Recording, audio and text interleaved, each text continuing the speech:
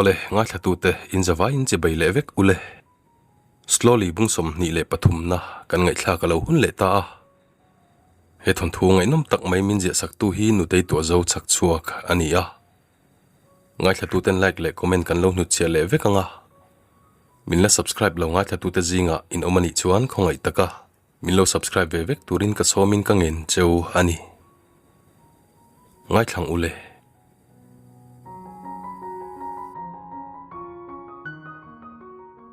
ina kaliam nu chon thoveng hok om ka ni line ka thoveng ho lawa ka hoina lama pia nga kaleng lawani jok ka room rivung vung te chu thelo turin ka beng ka hup vea mase ka binga chiang mc shet lo tum engang maila ka thelo tuk zo kani airini na fa pai mek ti ka shet luk zetin ka thret chiang ani ina chhokta chon kanun na zong zonga kalbo puita emoti mai turin ka ruaka ka ko chunga engma omlo ang mai na ro hian ka ruak ngoi ani dam chan nei to lo ang mai in karil ru bei donga ka kaltir nge ya mase ka ngai tu na le ka song tu na ero ala bo ve ho si lo lim na le lom na hi ka ta tur le ka nei ve tura ru ta lo ni lo ti hi pom har sa ka ti tak mewani nina boite imu hil thei meu na nge jeni naron ti chon kamel ngai kamel ngota ngoi rengin engtiare nge ka thut ka shelo ka ngai tu na mu mal lo e mani ka ne na tanga airin nen min pansan tu yan chuan na takin min ti hliama kanau te chuan engtika ma pa ti a sei tura nei ve ngai don lo ani chu yan chu chel ka duwa ka ne na om tur po in som ka du ngoi mase ke ma ang bukin airin in nawa pa ya kama ka silwang ngotin kan he na om turin ka ti theilo kamangai na chau tok ti in ka pom mai theya masela ka tangin phut ka nei tan tial don ti ka sia min mangai turin ka phut lui thei don lawa mangai na hi du huna nei theile kyang the ni lo ti ka hretlata min mangai ho lo tu nei chu kumkwa in shom ka tur tlok dona tuna na ti vio maila tuna ka kaltir lo chon engtika ma ka kaltir thei ngai lawang ti ka hre chiang to ni alo la om renga mase tuna chona kalbo to jen yen chu kal to ki ma nge in ka kaltira aron let to lawang airin ne na ka kaltira na ti lo tur ka ni tiro mase na ka ti ni ka mu lai nge le ka kuta tanga bidang kuta hlan chu na ka ti tak zetani ka hriat tham lek chon ka ti ya tap lo tur ka ni veinen kamit tui ka dang thei mo si lo khongai thak lu tuk ni na anai ti chon trap ro ita thei chona thazo kania i mangai ti ka sia chel ta che no te wang po in chel ro ka dem reng lo che sin ti pa lo kal nain min ron ko tloka ani kharon let to lawang ka chel thei lawani airin khan nawa pa ya mani masel takin ka chel thei lo baka ka nei zong min lak sak tu kha ka huani ti ka hriat tira chuti chung chon ka chel theiang mo ka thei lo ti hriat vek kha ti in kamit tui luang zoi chu ka hru thuaka nina boite imi tui zo zai kha yen kha na phu re ngem a phu la viti chuan imi tui rang ka chak ang me lu hi a phu jok ne na i hlan don nia a phu ai hre chuan khai mi tui kha i chak lo na ngai su i chak ema wangaron long chu ka ngai zo kang che trapla maset lu len sung che ti in min fui mola kanu khala dam se he fui na thau hi ka don turani jeni wang le kanau te wang chau po in ka tap to lawang voi tam tra to lo ka tuma mase yen chon min ti trap le thin he mi ching hi ka du thlan na chuni se zong ka mangai ho lawang mangai turina kianga ka om vel lawang ka thil ti sul ra chu ka fa le zel ka tor tir thei lawani chu wang chon ka fa wangin ka damanga ya dam ko chuanan ka bei turani ahar sa ang ti ka sia mase mei chia chau ni thin kha nu ka ni to don miawa wangin chak taka omanga yani airin ti chia ta yana ti chau mai thei lo turin ka omanga yani ka tap to lawang jen atop na turani naktuk ni lo chok chon ni thar le be sei na thar min ron thlen mai thei sin be dong ti hriat ngoi in ka ti ya ka be sei na tlem te chon min la thok tir trok ani Nina thị na ta idam Chhakchhuak thế ni chuan ithin lung nat na po hi rei lo te a chuan ila nui pui thei nge yang Nutei hi ni tan be sei na enga pe ngei don che ti ka chiang ani ka tan hian khovel ala top hlei nem ka damani lom ni imal hlei nem jen chuan a ti le mola ka tan je ni hlut ang che hian ian tan hlut ve ka duwa chu zong be sei bo mai ani ti la ka chiang MC ya kan tam Chhakchhuak nge yang ka Nutei nen chuan jen tu na hian ka din mun chu heti mai hi ni a he ina hian rei ka om thei don lo ka kianga kal turin ka ti lui thei lo che min tran pui to na zong hi ka sharinga iza om ka tingoi ngoi chuwang chuan kan hena om reng turin ka chel thei don lo che ni ka ti chuan min khonga ya wanga amit tui hru fai chungin jen chuan min ena he ina tang hian chok tura ti che ni chuan ni na ki chuan ka zuyang che kalbo tura min ti ni chuan kalung oi ho lawang ma se he ina tang hian chok turin min ti lawani lom ni min ti ni poin khongai ka di lang Nutei pian nuwa kan chuak chau don nia ha chang thial rap chuan a ti ya he in hi kanu le ka pa sul nu ka mu thei nu berani to a cho san chungai to po ka ngai to ngam lo zo ka ni chok tur chon min la ti lavalom ma se om na ka zong nge yang he ram hi la taka cho san ka du ni jen om reng hi ka tan chon har sat ta ka ni thok ngai na po ka shela wani hi ti in ka khap faka kamit tuiro atla to hau lo thung nina koi muna ma ka kal lawang inu le pa te ina nge hian Nutei en kol la ka du atul chon khongai ka dil mayang misol ta kalo ni po in minun rong top chu ni top lawang ifa hi fa ve thawani wartak chuan atia jen chuan en chu ngai thama mani anun ron je ka hreto tlat ke chuan khongai ka di lawangin en khan khongai na nei lek lawang ka Nutei hi pom lawa apom ngai hek lawang jen min mamo lawa noksak ka ni ti ka in hriat chuan min pai chu ma ka chu ngai ni no chuan ni chu ka tan chuan a tlom thlakin ana don masin ka ina tanga no chu ka du lawani ramtanga yen le airin ming reng hriat theilo na hmuna om ka du berani ti in ka lo changa nina voi khat chia ka thu soi hi pom ramte inote wang talin I chapo na khada thashi te na pai mekini I risel lo bok Nutei pian ma lo chu heta hian kan omangai ni engpo lo sei se kan chok hau lawang ati chuan ka ngoi ngala yana hena za ngai na dil chu ka thei ngai lawang ka ngai tu ringot po in ka tim urin ka she hia lani nina mutam imamoni mutum le jok te ang ko lo varsela hingai to na po pa ngai to zokang dam thlap chuan ati le a mut ngel po tumila ka thei don lo ti ka chian awang chuan ka lu ka thin sana jen kima awang hi ni mutlem ngot mai an mule zogro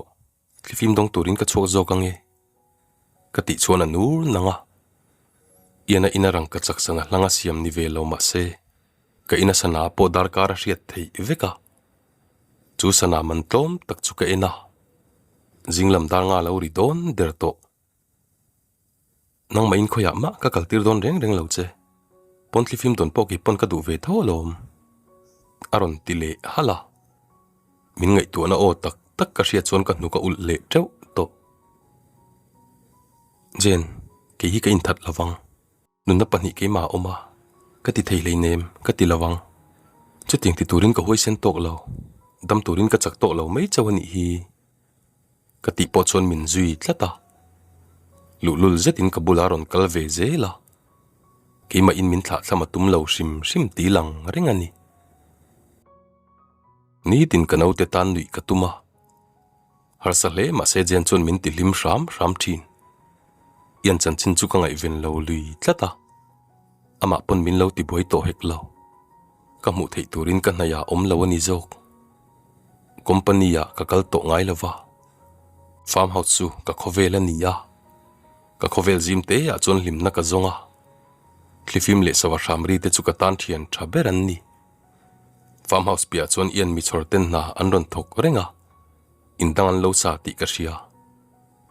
kom na takero anron khoi tel lawa kala om ngei ti ero ana tok te tangin na ria ang Jenin min dang tlata wang chuan eng ma soi boi ka nei lawa chu na thok ri ka hriat chuan ka ta ni lo zia ka hre chuak deuh dewa ngai ani har sat takani yen ro in aron tlo ngai hau lo thung nina check up hun kha vo in ania motor la ka khal thiam der si lo thakhat chuang te meu khopuya ka kal to lawa yan chu kha zan ba kha ka mule to lo aron let to don lo ti chiang view maila ka thin lungero in ala ngak thin chi atel lo chon thakhat po kum khat deuh tho are yani kalau the to lo reng reng kar khat lai nau ni nan hun alo oma mong chang in ka in khal thei mai thei sin hlimhmel putakin kalau ti ve tak na ka hupur tak zet zok ka in tha zo lawin ka vung na sa mai si taxi ko tur ka zong mei don em ni aron ti chon ka lu ka bu hawa eng tik lai po anaw nei thei mai kan ni to a ko manuam lo deuh zia to le ngal jen hen ka boi ngai mi lavin nau te mamo tur min la khom sak vek to bok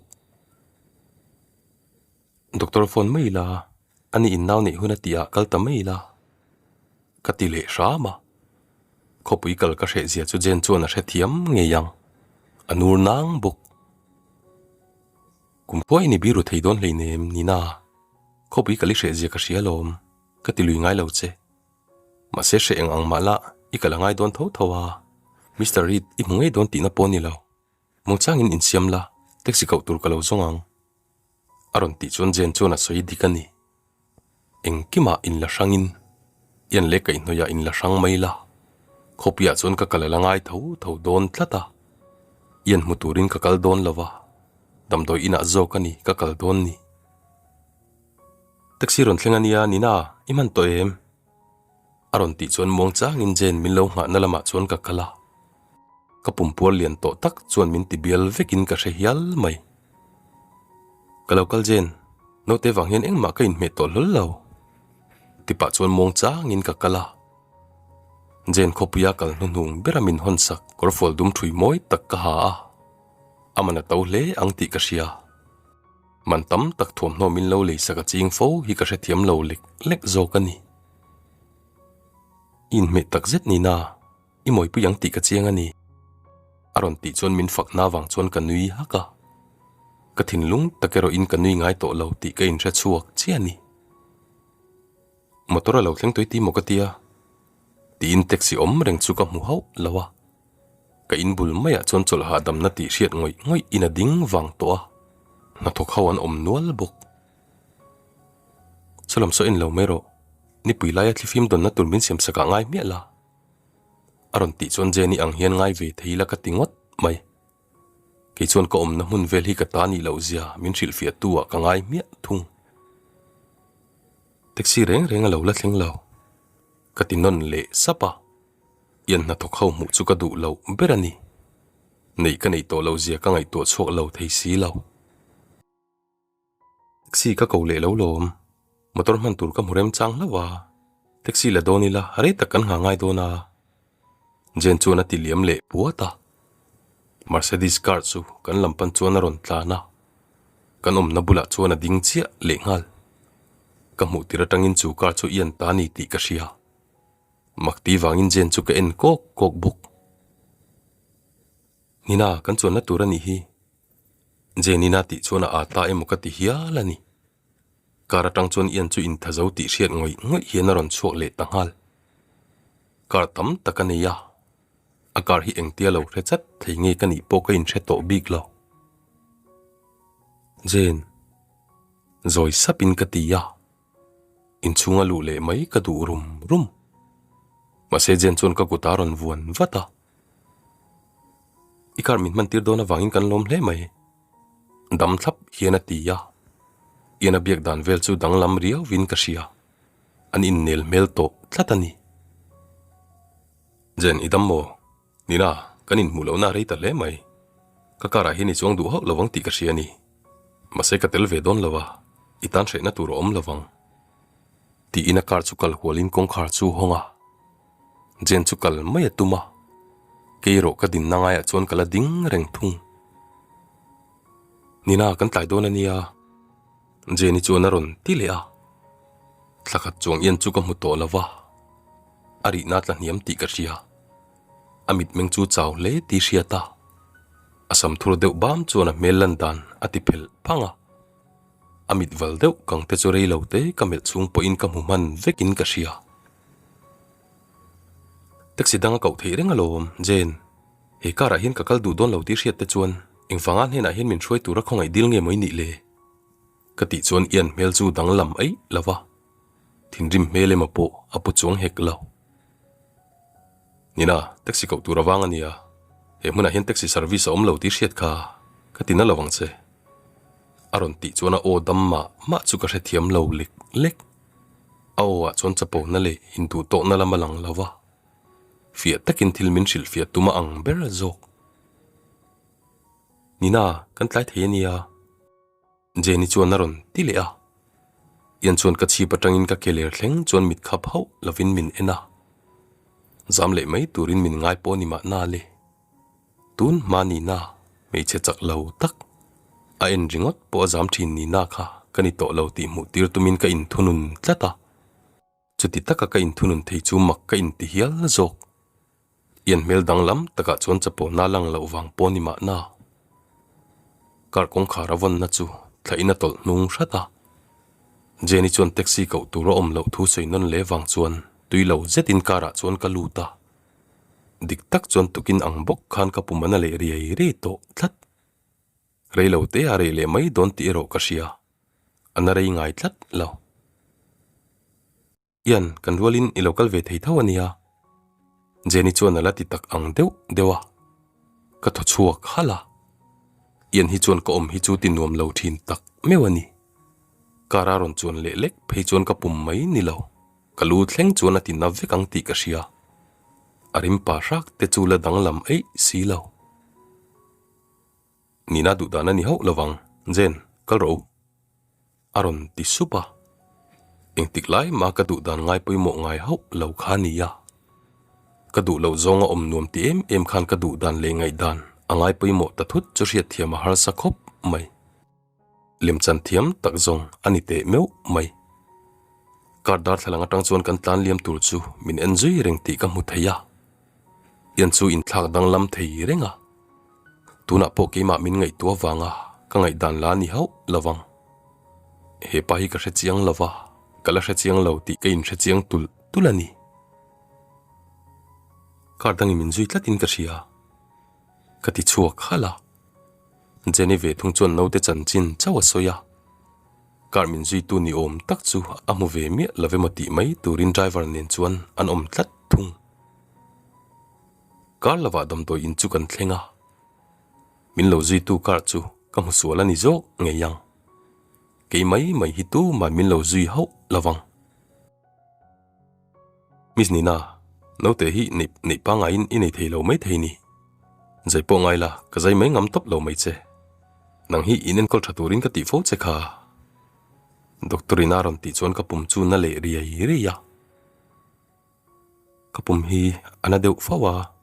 naw ka nei hun hi kar khat lai lo om sia kalau ti dai thunga min zai thei lo na chan ain ka pum na fo mai chuan ka manga ti ang dai zok nei thei mai ini to ni nei pa ngai hian inei thei ngem ka threlo ani zai po lo ngai ta lo po ni la i bp hi niam ma ni i bp up vele inei thei to ang check up iron nei khata inei hun hi inson thei ka ti kha doctor chuan naron tilea ka check up hun kha ka hrenge ya mase khopui kal ka hre em ma wangin ka kal talawani bp chu niam veu em nia apum chu na tan der to mo yana o chuan room chung chu lo khat roi roya olo chuan na lam chu doctor nen chuan kan hoi phei rol thot nge sir iron lut ve thei lawang khong in choro ti in nurse chuan ian chun lo dang deuh lai leya kanu puania achung chang hria thi ka phu ve ni ati chuan iana o a chuan thin rim na lang lawa lung oi lo ti ero hriat tak zet thung lo lu ti ro doctorina ti chuan mak ti takin ka ena ian bula chuan jen po ka mutat mai jenero in ron lu ve tum tral lawa doktorin ian lu phal chu kalung oi te chiam lo wangin ka thohal nge kha ka fa chu mo nia ti pa chona then saka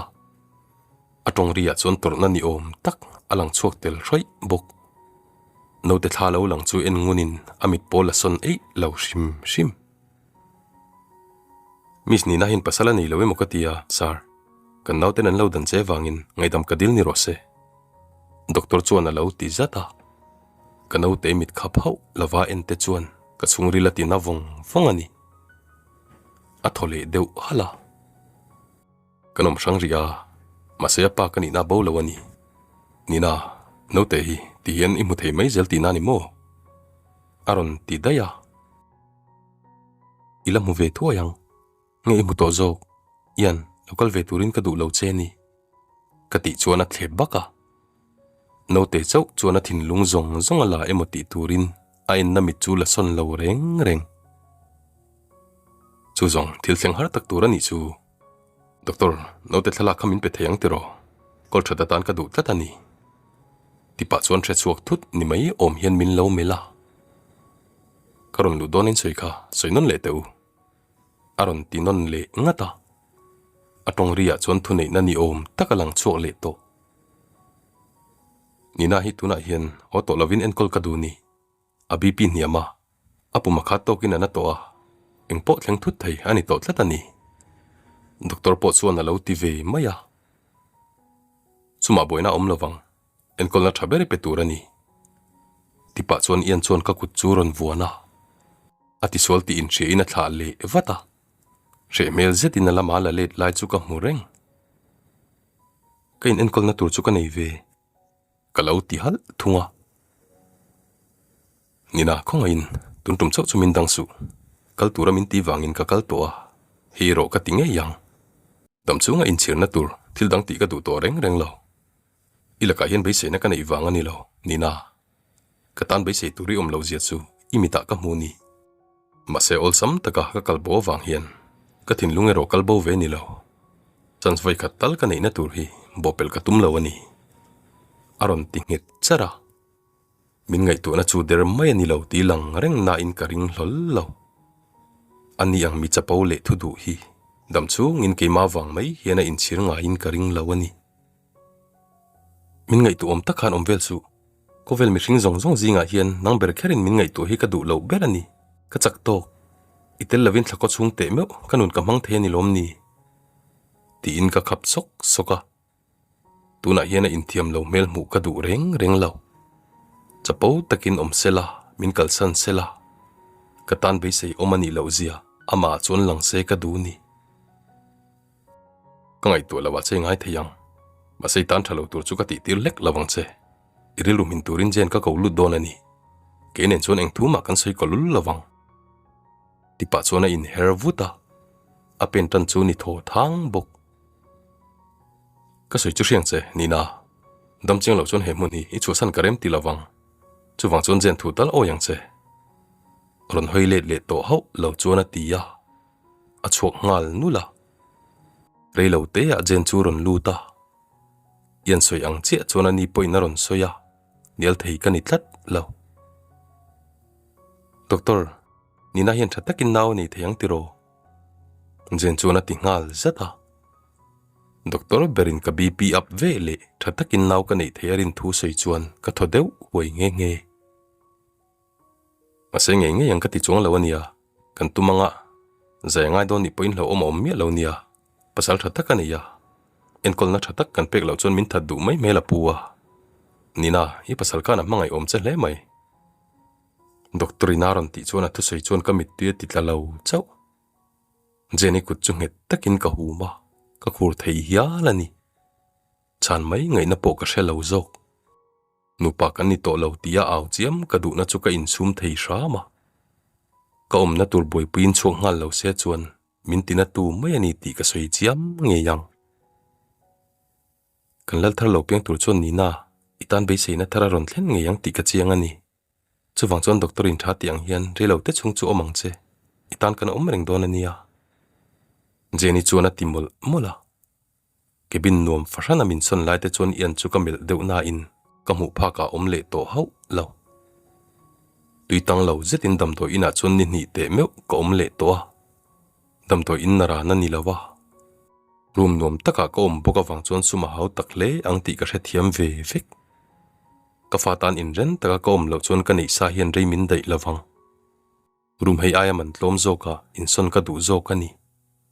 doctor local huna rum dang ka dil nge yang yan churon kal le to hau lawa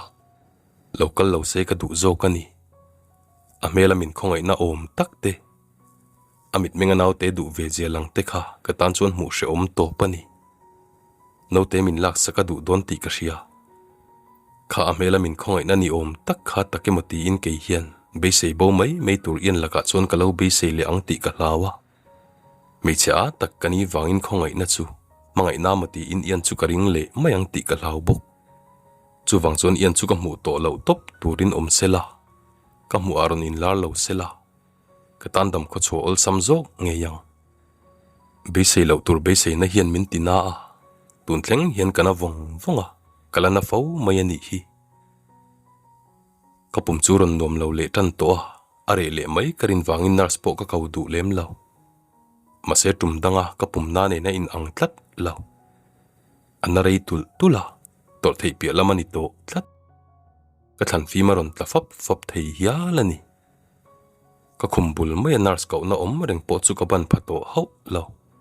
kapum chu ka dom ngot thei chau to doctor mel ka mu chon ka thodeu huaya mase kapum na ero ngai reng thung miss nina ibp ka lo en le donem ni dam do itur khai to em jeni alaron thleng lo ni mo nawi ve tak to ni hi doctor chuan aron tingal mola doctor alo lu rol chuan nurse in aron zui lu ta ka bpn pa chuan alu thing nok bok no telung phurang takin ente doctor chuan ati zata ama bok chuan no telung phu that lo en pa chuan angai thale zoka doctor dana tang chuan ka thalawem niang kapum chun na ema naw ka vei takem ni doctor thu sei chu kapum na viau ma se ka ngai thla in ka hre em thawa lau thong lo tur ka ni ma se ka lau thong tlat si naw telung phu atha tero ba nakin ka tia ka thlan phim chon ka samati nong chapa jenemo tu emaber kabula turin ka du lo bok no telung phu chu tha nangma zokini miss nina ibp hi sutlata tuna hian ibp sang le fu to ni kan thunun watangai nawe ni to sia doctor chuan alo ti dam duama khol rang chu kabula chuan in hung rupa chungta chu ka mu pheroi to in ka hre hialani aveina da than pangai don lo ni hi ibp hi kan thunun thei huna na po nai kur mayang dam thlapina ti tak na in keiro kalhau thong le thung miss nina yom dana diklawa lau thongai chon bp hi kan thunun thei don lawania chuwang chon ha damro ipum hi na chunjom rengani chuan ti dan kan ngai tuanga yang tuna tak hi chon ha dam tum phatte tipa chon enge pol ka hrelau ha dam takin tum maila kapum na wang chon ka ha dam thei lul lawang anato em sia nurse Mr. Reed kalau thang vat turin chilte doctor chuana tilea yan ai chon jen chumin kau sakse ka ti jok thu po ka soi thei to lo ngoi ngalin ka pum na chu ka tur tloka adam taka chu ka tum ve fanani nina jen o ka hria chon ka meng chuak ko ka jen mai ni lo yan po lo oma mit khap hau lovin min en rana tuna mai khan kawan tum thun soi chau khania aron thleng to ti mu chu thil oi lo takani nina hian enghar sat nange ne ya engtin nga ka ti na ni chu yana o chu vot reya ka doctor chu lung oi lo ti hriat fe hiana mela keiro kamit ka ching le dai to kamit ka chin chon na te chu zia ka be se ani Mr. Reed now vitan to doctor chuan alo ti vata avi to te chon na tor ti reng ai chuan engwangin nge in nei tir mai lo amela dang vek to hi mu em tuna naw nei na in la da top si lawa hi ke hian ka mu mai thein ringa mi a siam sei hian a tia a o churu ma chona khok deuh rum buk Mr. Reed kini pon naw ni tir chu kan du lom mase atak salam zok hi ni a BP hi suwa asanga aniam le thuta hei kan ti top wat angai ni doktorina ti chon ian chu thodeu raya minron pan nai ngal ruwa kan ni nge yang akut lum thar tharin ka chalaron khoya nina ana viewem shep tak chuana he thil hi thadon lo top mai tipa chon ka kut churon man chata athori roi chuana zom le ngal zat buk doktor nina hi darkar din mai po ni lo darkar chan vedana en turin niya achan chin ka rezel du bokani atha ti chau min sila tuna thalo tin sei le a engtin nge nga se min ti a adin hun dik tak min sil turin ni tuna hian naw veito chu po eng ma ka shelo shetur kani ka shengei turani atile khor khura athin rim na chu thup ve ram ti ro hriat reng thung naw nei na ruma son ai chon heta hian tila thajo Mr. Reed ilo thona chu ka hre thiam alom inu pui chunga hian engma thleng lawang BP kan thunun thei vele naw kan nei tir thei to don ani dam thlap hian doctor chuan alo tia mase chu chan na chon ien chu tilung oi zo lo ti hriat ngoi ani tuna na turin ni na to a ana torma kana dan dik takin sheturani doktorinia kha chana wang khan kalung oi ho lo tuna nge hian a BP hi normal turani chumi tur chon ka be sei bokche hedam to ina hian sum tam tak ka senga kha chana khamin pe turin ka tilo chewni ka be sei lo bok chew tuna ni na hi normal en da theilo ni chuan ka doctor pan turin hospital ka chu sanang ati lai chon ka he ka pet fana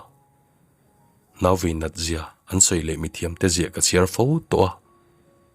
ma ni in ton meu chon lo rin loka lo in zir lok the ani ho lo ti ro ka chiang zual sawa ana kher e mani in son lo ram ro Mr. Reed min lo cho san ula engkima thang ti ka soinon le ni ro se doktorina ti chon ian chon ka kutawon na chu thla ho lawa kalson tum ang po chon om chuang lawa nurse le jen chon ka pum na to tak chun zuta eng ang poin om maila nuam reng om lawani nina wang chau hian ka in sum hriang mase kala du to mai don teu lawania ram mak niam sup hian atia ka kutawon na chu thla in ka bek sam nok noi churon chul kiangin rukpon thiang hlim tak chon ka thlan chu dim tak chuan a ruwa ka khabe chu ti na tlau tak chuan a ron khoi zawa nina anat viau chuan ka kuthi se top mai ro idu dan in chela yom du dan in omang che zoi sup tak ngun si inatia ron kun hiamin ka beng koma fo pa zau buk tuna tak hi chuan jen ain ian chu kabula om se kalau du le ani ka thla ti muanga min ngai to na oril ri chuan tumru na min petlatani doktor naw nei turin ka shoi toang anormal to e narsinati chuan kalom ma wangin kamit tuet la lo chau zo kani naw nei na rum lama chuan man mo takin min ruaya yan chuan ka kut nget mina chel rana naw nei na ruma po min la ron zui lut zel chu makkati thele vin ka en deuh ha nge kom don alom ni na ka kal don ho lo manin ring tok tak chuan atia ama in ring tok mai baka ama churing turin min du zia lang chiang em buk trong ho lovin ka he ka pet fana ka than churon tlale zoi buk BP ka lo veng ulukang cheu ka BP tha a ma sen naw ve pum na em si chu ka naw nai thei tlat lo ka ve nari to te reng nin naw te ka nei mai thei tlat lo ka BP normal lai min nei tir ngei tumin thei to pan chua ma se om je ro om lo san ka pek na lama ka chaw vek to a he peta in sangmar tur po in chak na ka nei to lovani doktor mi si a BP sang le tlat mai na suana tile a san petori lo turin min tia ka ha to in ka danga rawa ka chil tlem te chon ka dang ro chu non pha meu lovani aniam le to zok nar suan tham chal hian a ti le a room chung vot rea yen po athana tla ve lap mai a mela chon thin rim na emo lang lawa angai to na riat hau lovina mela thim rapa min mel ngotina che chang bi khau lo misarit kanin bek lo kangai doktorina ti chon ka kut yanan ahum na nong chap mai chu tinghet zual sawa ron kun hiamin kalua ron kwa deu wanga antongin engemo soi supa an chian ni ngei tura chhakchhuak ngal that bok khoya ma ka kal ho lawang doctor iti tur tiro ni na hi kal san chi ni lo hi ating huta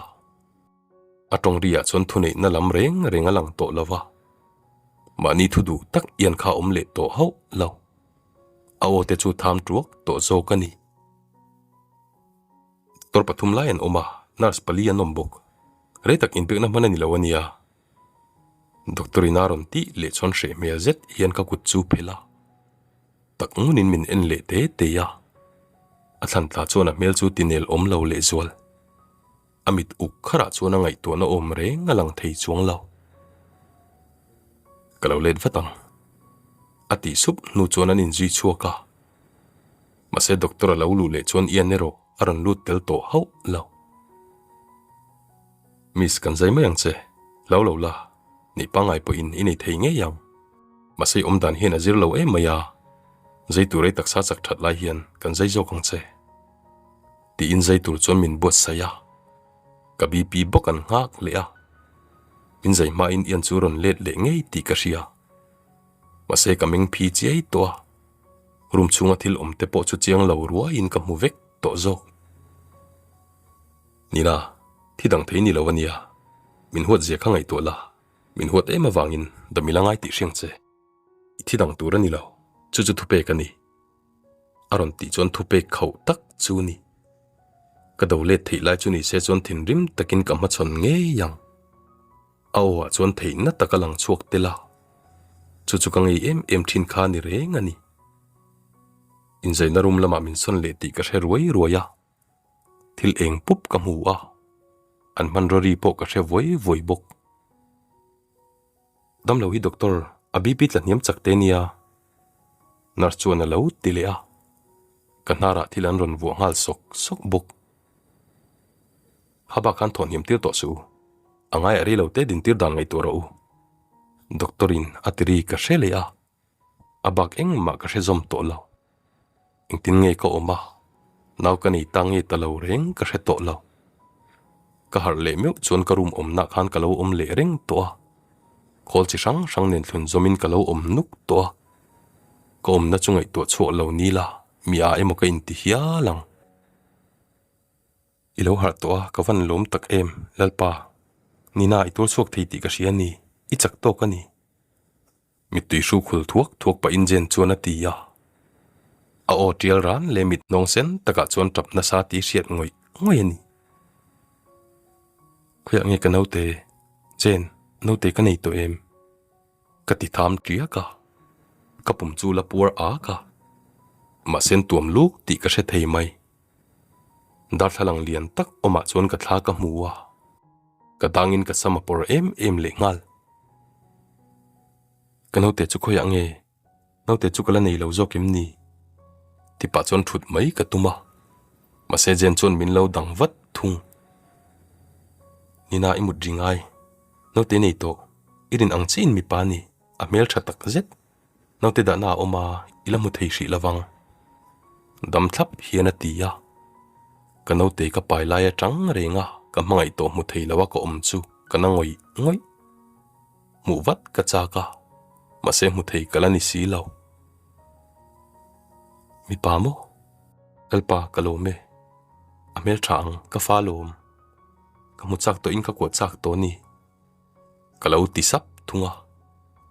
katanga rau ti hria injen chon tuimin fo tira ka ngai to na chu ka fa che chona om to ni nina dakar som thum pali don thoni ko shela vini oma note poina ngai to ngotang che imu turin karon throi tirang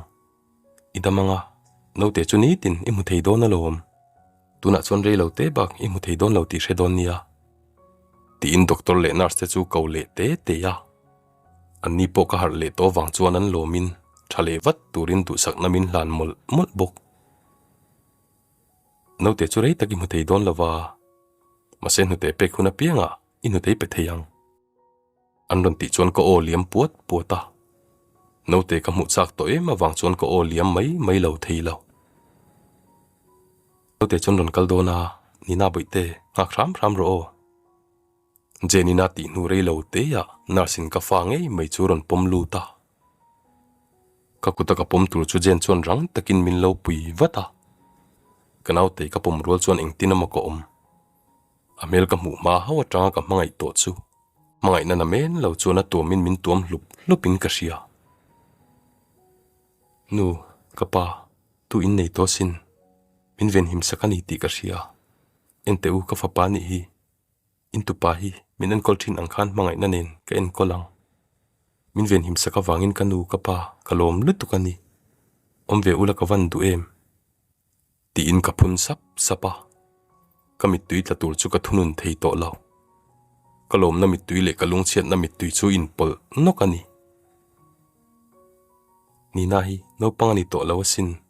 kapi le kapu tu pa in nei to ti ni na ina soi chin ria em kalo veng hi mang nang ni in ke min ve na min en kol ang che khan ni na te nu fai kalo en kolang ti in jen po chu ke ma ang bok chu na mit tui tla ve fapa ka fapa chu ke en ning thei ngang lawani no te kha da hun toy ron ti tu chu iana oni alam chu kan hoi rual thota yan chon kong khar bula tang chon min lo en reng to ni chu ina no te kha nars pula petoro aron ti chona oki chu langai ringa no pangchi ang main min thle min ka hial zok no te chu kala pom kham lo na samai si ka pek lok lo wang chon ian chon min ron nai ngal ruaka kapom du ti in ka du ai ring chon ka vin ma min lo perole ti pa chon iana kut chon ka kut chu ron khoi fu thua ka no te chula ka tuma keila in ka lo phal lo na samai si ikuta ka dang mo ka ti lai mek chon kong khar chun na jet chon na ron in honga ai rin na ron lang lol mai min ner khum no nga no te chu min lak sak tura ron kala ni nge yang ka fani hi ada hun tun min sil ka ngai lawang kalau tingal zata nina no te tan le itan dam thua min ian chuana ti ya i sei tur chu sei mai ta che no te hi i hon don ani ian anu chuan a hre turani airin chuan ron ti vata karin lok ang re ngani kang hing deuh lai nge ngoiro ron kal ve ho lo turini arin lova choro ti in iana o chu hriam le hrai to airin ro kal mai atum lo ti lang reng thung ani nei soi mai tura lom ni na hian a hre don tho lom ti pa chona mui sen lar chu langsar nala chen che chuna airin ativin thata no te chu phuzok nge airin lampan chona kal ngal ruaka athau chia tia afapa chu ur takina trapa yan chona fapa trap ngai tu hau lovina mangai airin nenan chuak mak mai no te trap chon min tina le zola ka buai vekani ka ta pui lo chau bok ole khati zong kha tuntum episode kan ngai thak thei lo ni le ta sela min ngai thatu te zinga min la subscribe lawin omani chon khongai takamin lo subscribe ve turin ka somin kang en chewa ale peka min lo ngai thak sak le vek donia in zawain mong tha mut tui kun man nuam vek ule